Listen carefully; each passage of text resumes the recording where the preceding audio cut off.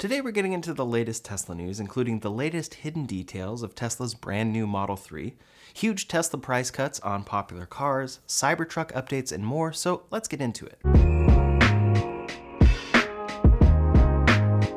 First up today, while Tesla's unveil of the new Model 3 refresh took over the news, and we'll talk more about that in just a minute, Tesla silently slashed prices on some cars. It's no secret that the Model S and X are older cars for Tesla at this point, they live in the luxury category, and they sell far less than the Model 3 and Y. Tesla's priority is clearly on the Model 3 and Y, and we can especially see that in the release of this new Model 3. It takes a ton of design from the Model S and X, including upgrades that typically made the Model S stand out, like ventilated seats and the materials inside. Well, as such, we're seeing Tesla recognize this in a big way. A couple weeks ago, Tesla introduced a new standard range Model S and X. This was a software-locked version of these cars that came in $10,000 cheaper than the long-range version. It was potentially a good option for some, but now that car is completely gone. Instead, Tesla has dropped these cars to new lows. A brand new dual-motor Model S, complete with 405 miles of range, now starts at just $74,990. What's even more impressive to me is that the Plaid, still holding its title of the quickest accelerating car in production today, comes in under $90,000. And for all of you that will say the Lucid Sapphire has this beat, let me know when that car actually ships to customers, and then I'll agree. Also, it's pretty wild that the Sapphire is now at a price nearly 3 times that of a Model S Plaid. It's just $89,990 for a car with 396 miles of range and a 0 to 60 under 2 seconds. This is pretty wild, and it's a clear reaction on Tesla's side to their new Model 3. This new Model 3 could easily wipe out Model S sales because of its new features, and a price tag about half that of a Model S. On top of that though, this car has gotten cheaper in other ways. For the first time I've ever seen, Tesla is including any paint color for no extra cost. Even their new Ultra Red paint color, which just a couple days ago was a $3,000 upgrade, is fully included.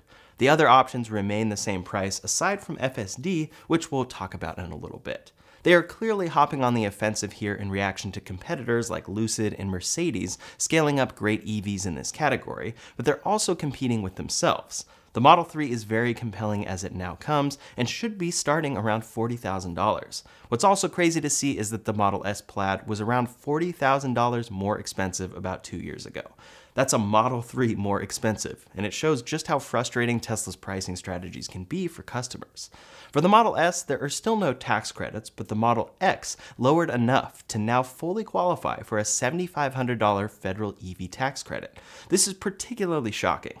The Model X now starts at $79,990 for dual motor at 348 miles of range. Plaid is also $89,990, holding the title of quickest accelerating SUV in production. Paint colors are all included, and then they say, quote, Model X dual motor vehicles qualify for a federal tax credit for eligible buyers, reductions likely after December 31st. The thing to note here is that the price cap is $80,000. This could be part of why paint colors are all included, but if you qualify for this credit, adding even the $250 yoke upgrade puts you over that cap. Essentially, you can change paint color, but you can't change any other options if you are attempting to buy this with a tax credit.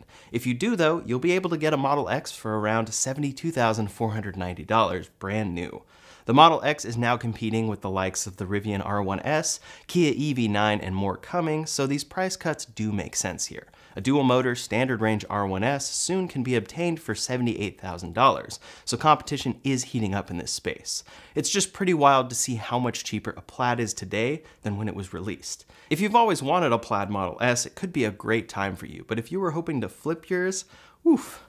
For a period of a couple of years there, Teslas were super in demand and flipping them kind of worked, but today it seems prices will only go down. It's overall great for consumers long term, but it has a different sting when you just bought a Tesla Model X for $10,000 more. I always wonder why they do these drops so suddenly in such huge amounts. $10,000 overnight is sure to anger many, but $2,000 over the course of 5 weeks may not hit quite the same. What do you think though? Leave a comment below to let me know your thoughts on this latest price cut. Next up today, the big news is that Tesla has finally unveiled the Project Highland Model 3. Still though, our information is only coming via Tesla's website in markets where this is available, mostly Europe and Asia, and from YouTubers given access throughout Europe.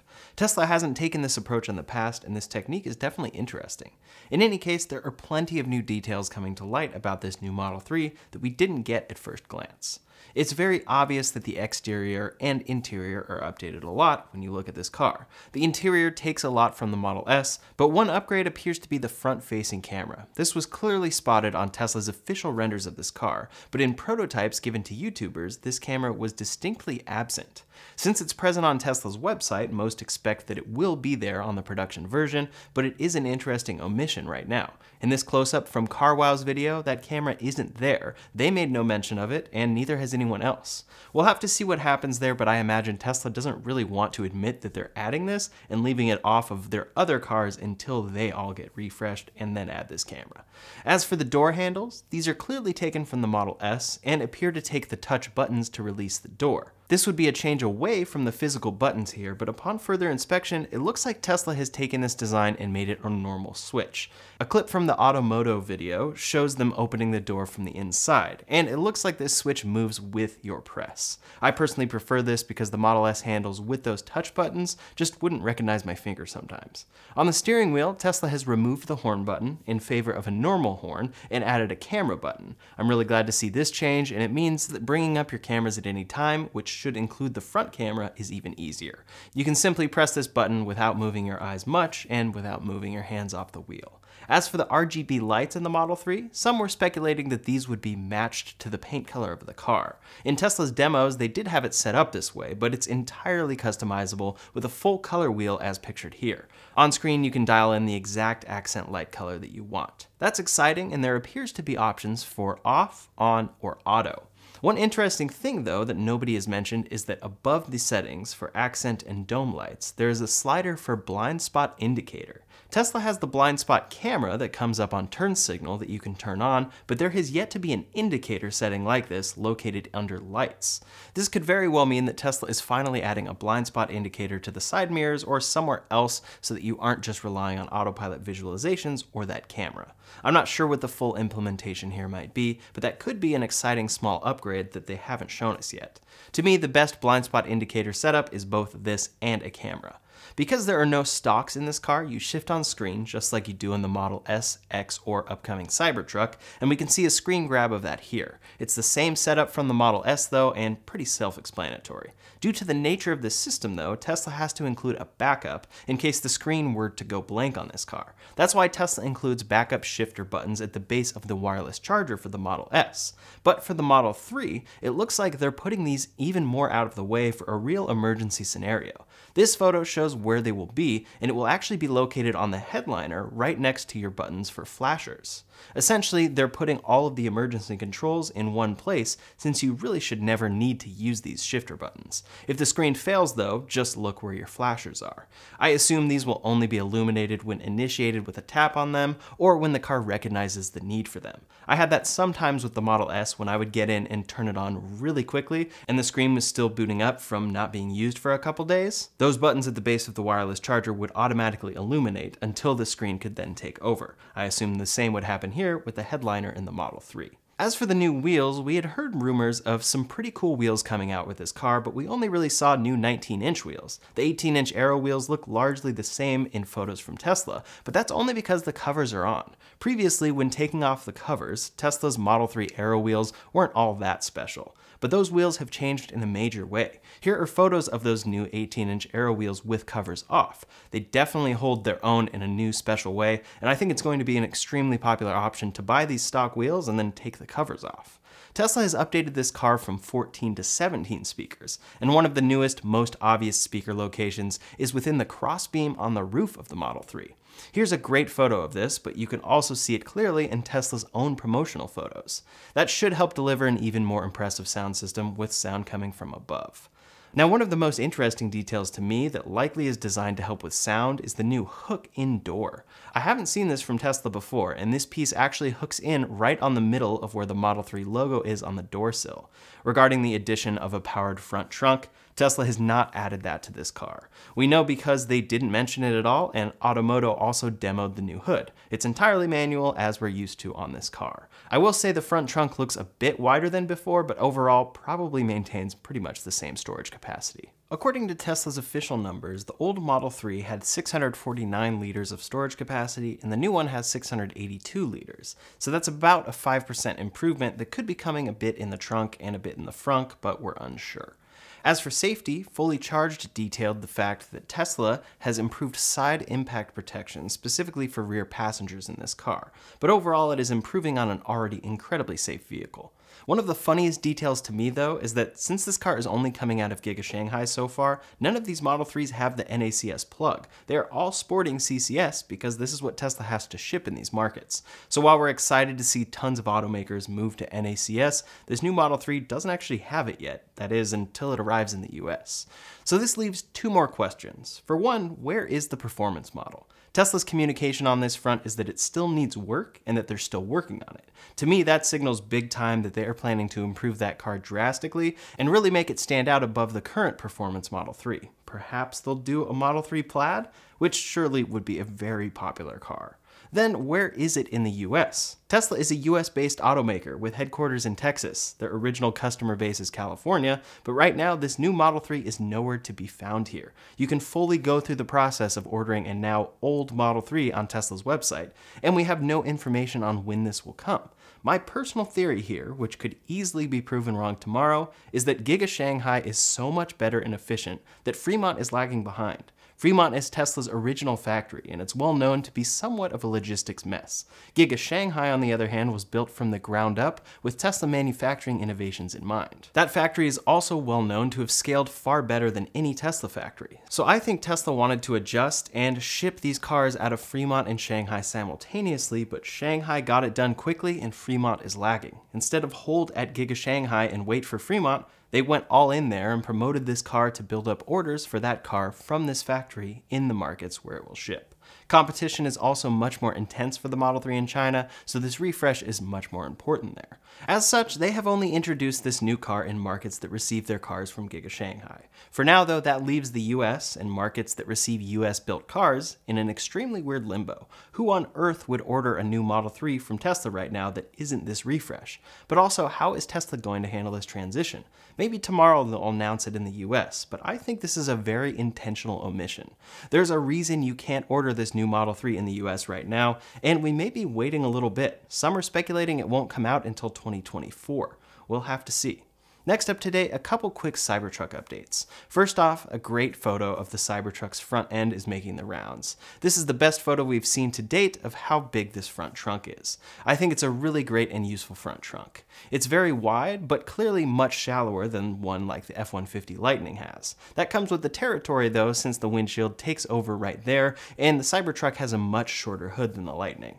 I think this will be a great storage spot, but so far it appears to be manual. We'll see if Tesla changes this to be powered for customer deliveries. Out in the wild, a Cybertruck was spotted carrying a bicycle in the bed, which is pretty cool to see. Some are speculating that this looks like a pretty personal use, so Tesla employees may already be using these personally for testing. Here are some photos of that Cybertruck at a different angle. It actually looks like they're bracing the bike with the tonneau cover to a degree, but it's hard to fully tell. A vertical video of the Cybertruck doing off-road testing and filming with a gimbal was posted online. Overall, not a ton to glean from this besides a behind-the-scenes look at some of what Tesla is doing with this truck right now and what the view is like in the rear when driving. For specs, Drive Tesla looked into a Cybertruck spotted with an open frunk and found that through the VIN, it's a dual motor. Most likely that means it's the first configuration Tesla is planning to ship. And lastly, one of the funniest things to me is getting a glimpse at the support and motor for the Cybertruck's giant windshield wiper. It makes sense, but this thing is huge. Lots to look forward to here, and I'm personally guessing right now that the Cybertruck launches in the US before the Highland Model 3, but I hope to be proven wrong by the Model 3 coming very soon. Next up today, another thing Tesla has cut prices on that is shocking most people is the full self-driving package. I made a whole video about this package last week and how ridiculous Tesla's communication on FSD has been over the years, particularly now relating to hardware 4 cars which actually can't get the same functionality as older hardware 3 cars for FSD. They have been charging $15,000 to allow you to beta test something that may not arrive for quite some time. Still though, Tesla is always working towards this goal, and Elon Musk has always had the narrative that FSD will keep increasing in price until it comes to fruition. In April of 2019, he tweeted, "Please note that the price of the Tesla full self-driving option will increase substantially over time. The idea there is, from their point of view, buy now because this will only get more expensive with time." A very convenient sales tactic. Then once they actually achieve FSD, your investment will pay off and the package could cost a lot more. About a year ago, Tesla did the last big price increase for FSD. They raised the price from $12,000 to $15,000 when beta version 10.6.9 came out. This was meant to signal a huge step towards achieving FSD, and then that update, of course, ended up just being another version in a long line of beta updates. Progress, but nothing worth an extra $3,000 as a buyer. In any case, contrary to what Tesla has communicated this whole time, when they dropped prices of the Model S and X, they also dropped the FSD price back down to $12,000. This is a price drop that makes sense because this package is hilariously overpriced. I still think $12,000 is missing the mark by possibly $4,000 or so, but luckily it seems most customers do understand this. FSD reportedly has had an 8% take rate last year, and Tesla is likely hoping that that increases with a $12,000 price tag. My vote is nobody buy it and force Tesla to keep dropping the price. Clearly they respond to demand and drop prices when needed, so why not here again? For customers who did pay $15,000 though, this one is frustrating. Tesla has been pretty clear that they only plan to increase the FSD package price with time, and they did the reverse this time.